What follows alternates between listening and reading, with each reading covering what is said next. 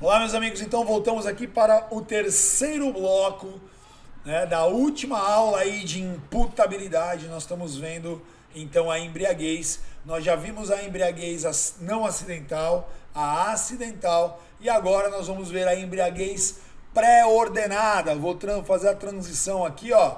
Nós vamos estudar então a embriaguez pré-ordenada. Já vimos a não acidental, vimos a acidental. Vamos ver a embriaguez pré-ordenada. Salim, what the fuck? O que é isso? É quando a pessoa bebe para praticar um crime. Tá? Então ela vai ingerir a bebida alcoólica com o objetivo de praticar o crime. Né? Então, assim, essa embriaguez é um meio para a prática de crime. Então, por exemplo, o indivíduo pode ingerir aí álcool para ficar corajoso, para praticar o crime. Ele pode ingerir cocaína, que deixa o indivíduo mais acelerado aí para praticar o crime. Né? E nós não vamos ter exclusão do crime nesse caso. Mas há uma previsão no artigo 61, inciso 2º, a linha, acho que é I ou L, acho que é L. A linha L, que vai dizer o seguinte, olha só, é uma agravante de pena, ou seja, a pena vai ser aumentada se a pessoa ingere bebida alcoólica para praticar o crime, olha só. Então o legislador entende que essa conduta, que é o maior desvalor na conduta, se o indivíduo ingere bebida alcoólica para praticar crimes, tá? É a chamada embriaguez pré-ordenada, que também é classificada quanto à sua intensidade em completa e incompleta, né? Olha só, completa, actio liberem causa, né? Nós vamos estudar já, ou seja, a embriaguez pré-ordenada completa, que é o indivíduo se embriagando para praticar o crime, é o instituto da actio liberem causa. Eu vou explicar num instante para vocês, não exclui a imputabilidade. E quando ela for incompleta, pré-ordenada, né, ela não vai, né, alterar completamente a capacidade de autodeterminação, se a completa não exclui, quiçá a incompleta. Então, a embriaguez incompleta, pré-ordenada, também não exclui a imputabilidade. Na verdade, a embriaguez pré-ordenada tem uma agravante, a previsão de uma agravante, tá? E nós temos, por fim, aqui a embriaguez patológica, né? Nós já vimos aí, já comentamos, inclusive, que se o indivíduo for declarado como um ébrio crônico, como um toxicômano, né? Ou seja, é uma embriaguez patológica, decorrente de álcool ou outra substância, né? Isso, ele pode sim ter o crime afastado pelo artigo 26 ou pelo artigo 26, parágrafo 1º, se houver a semi-imputabilidade. Então lembrem-se que a embriaguez patológica, ela pode levar à exclusão da imputabilidade, desde que o indivíduo seja considerado pelo médico, né, como seja considerado uma embriaguez patológica. E ela também é dividida entre completa e incompleta, né? Olha lá. Quando não há capacidade plena de entendimento, ele vai ser considerado inimputável, e a embriaguez incompleta patológica vai conduzir a uma semi-imputabilidade. A embriaguez patológica incompleta vai conduzir a uma semi-imputabilidade, prevista no parágrafo único, que nós já vimos exaustivamente. Então, a embriaguez patológica é considerada uma forma de enfermidade mental, toxicômano ou ébrio crônico, considerada uma enfermidade, né, uma enfermidade mental, nos termos do artigo 26. Tá? Olha lá, embriaguez acidental completa e a medida de segurança. Embora esse tipo de embriaguez acarrete isenção de pena, não autoriza a imposição de medida de segurança. Vem para mim. Doutores, nós não estudamos medida de segurança ainda, mas a medida, já falei por alto, mas a medida de segurança é uma modalidade de tratamento imposta àqueles que são considerados inimputáveis ou semi-imputáveis. Nós falamos no início da culpabilidade que se o indivíduo for considerado inimputável, vai haver uma absolvição chamada imprópria e ele vai ser ou internado para tratamento ou para tratamento ambulatorial, dependendo da profundidade, né, e da gravidade dessa enfermidade mental. Tá? Então, guardem, a embriaguez acidental completa, como nós vimos, ela afasta a imputabilidade, né? Ela afasta a imputabilidade, mas não necessariamente nós vamos impor a medida de segurança, porque o que tem que ser analisado na medida de segurança é a periculosidade do indivíduo. Vocês vão, no terceiro ano, estudar a punibilidade e lá vocês aprofundarão, né? Terceiro ano que eu digo, estudo da punibilidade, e vocês aprofundarão o estudo da medida de segurança, tá? O estudo da medida de segurança. Prova da embriaguez, como é que isso é feito, né? Vamos analisar aí, ó, temos umas questões interessantes, né? O artigo 155 do Código de Processo Penal diz o seguinte, né? Que a prova é produzida por qualquer meio probatório, olha lá.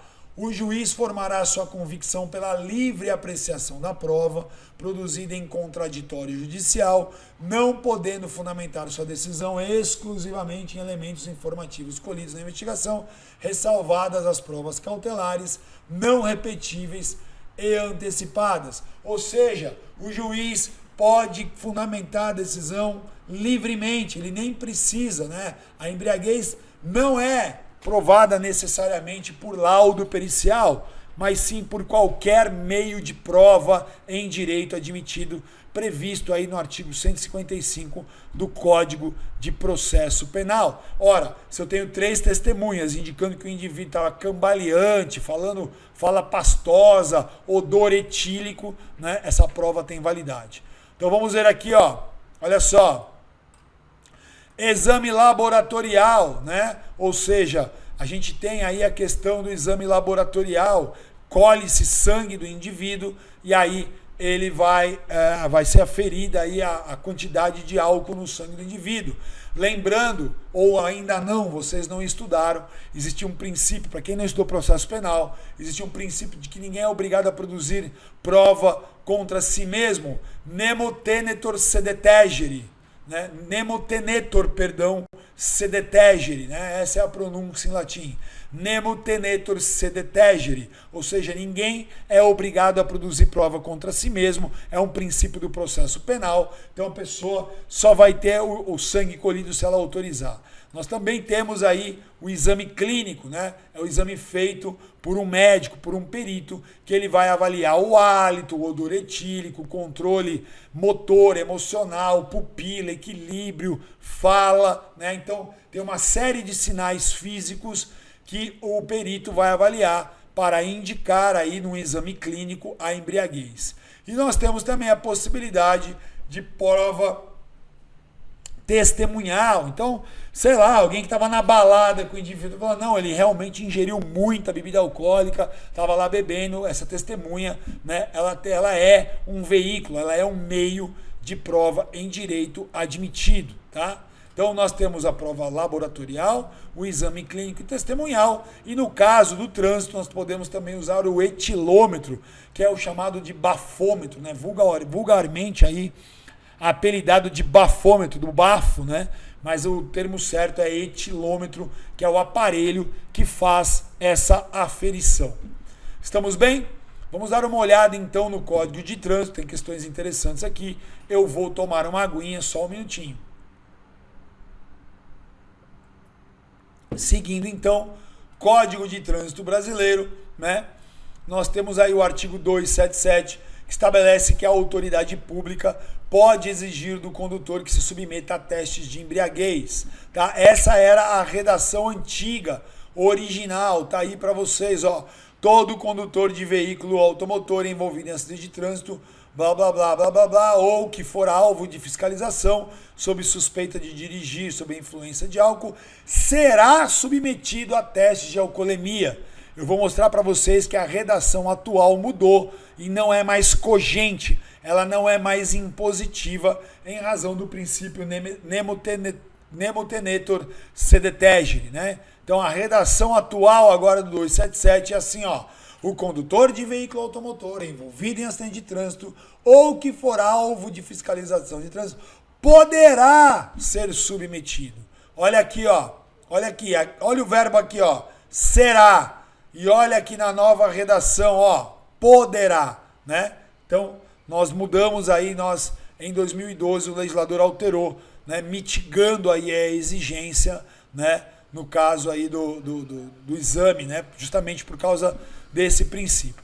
E aí, nós temos no artigo 306 o crime, né, de condução de veículos sob a influência de substância entorpecente. Esta era a redação anterior, a redação antiga, né, de 2008, mas nós tivemos uma alteração legislativa que modificou inclusive meios de prova, possibilitando agora, né, antes falava aqui, ó,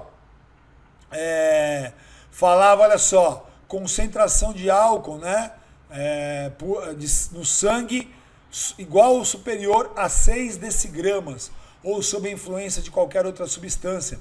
Então falava, né, no sangue, né? Então vamos ver como é que ficou aqui a nova redação do crime de trânsito. Conduzir veículo automotor com capacidade psicomotora alterada em razão da influência de álcool ou de outra substância, né? Ou de outra substância. E aí, veja que a redação original era no caput que falava ali do exame sanguíneo, da quantidade, etc. Agora ficou no parágrafo, ó. A conduta prevista no caput serão constatadas. Então agora pode constatar pelo sangue, pode constatar por outros sinais, né, de alteração. E o parágrafo 2º ele traz a inovação, dizendo que pode ser por exame toxicológico, exame clínico, perícia, vídeo, prova testemunhal ou outros meios de prova em direito admitidos, tá vendo? Aqui, em 2014, esse parágrafo foi alterado, ampliando a possibilidade de provar a alcoolemia e a influência de álcool no indivíduo, né, na condução de veículo. Então percebam a redação original, né, que a quantidade e tal, dizer que era exame no sangue. Eu lembro que na época muitos doutrinadores defendiam que somente o exame sanguíneo poderá levar a essa constatação. Tá? Aí o legislador percebeu que estava restringindo demais e levando a várias absolvições, e aí ele inseriu a possibilidade de várias provas aí. Legal? Então, com relação ao Código de Trânsito, né?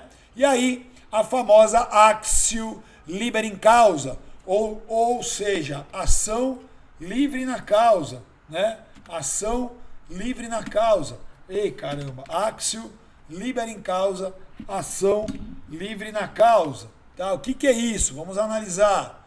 Olha só. A actio liberum causa, doutores, eu vou deixar aqui para vocês poderem visualizar e eu vou explicar, é o seguinte, é a famosa embriaguez pré-ordenada. Então o indivíduo bebe para praticar o crime, tá? Então, nós vamos verificar a imputabilidade do indivíduo no momento que ele decide praticar o crime, não quando ele comete o crime, né? Porque o artigo 26, ele fala lá, era inteiramente capaz de entender o caráter ilícito do fato ou de determinar-se de acordo com esse entendimento ao tempo da ação ou da omissão. Então, se a gente levar a ferro e fogo o artigo 26, a gente teria que ver o momento do crime. Só que pela teoria da actio liberum causa, aquele que se embriaga para praticar o crime, né, então a decisão foi aqui, o momento da embriaguez foi aqui, o momento do cometimento do crime foi aqui, essa teoria fala que nós temos que retornar, retornar para o momento da decisão, onde o indivíduo decidiu se embriagar, é ali que nós vamos aferir a imputabilidade, a capacidade do indivíduo de compreender. Então, se ele estava rígido na sua capacidade de compreender, ele vai ser sim responsabilizado pelo crime, tá? Então, isso é actio liberum causa, né? Então, ela não vai alterar a imputabilidade, porque o indivíduo se embriaga para praticar o crime, é a embriaguez pré-ordenada ou axio limber in causa. Então nós temos que olhar, doutores, para o momento da decisão da prática do crime, não no momento que ele praticou, nem no momento que ele se embriagou, tá? Isso é a chamada axio limber in causa, axio limber in causa, legal? E por fim, para terminarmos a aula de hoje, né? Para a embriaguez isentar o agente de culpabilidade, é imprescindível os seguintes requisitos, né? Causal, deve ser proveniente de caso fortuito ou força maior. A embriaguez deve ser completa ao tempo da ação ou da omissão. Ele vai ficar inteiramente incapaz de compreender. Então, só quando eu tenho estes 4 requisitos é que a embriaguez vai afastar a imputabilidade. Então, quando for proveniente de caso fortuito ou força maior, como nós vimos, quando ela for completa, quando, né, o crime, né, for ao tempo da ação ou da omissão, que a embriaguez vai acontecer, e aí o indivíduo vai ser considerado inteiramente incapaz, né, de compreender o caráter ilícito fato e de se determinar de acordo com esse entendimento. Legal? Estamos bem, doutores? Então aqui vamos finalizar a nossa aula e na próxima nós retornamos aí seguindo a culpabilidade. Um grande abraço a todos.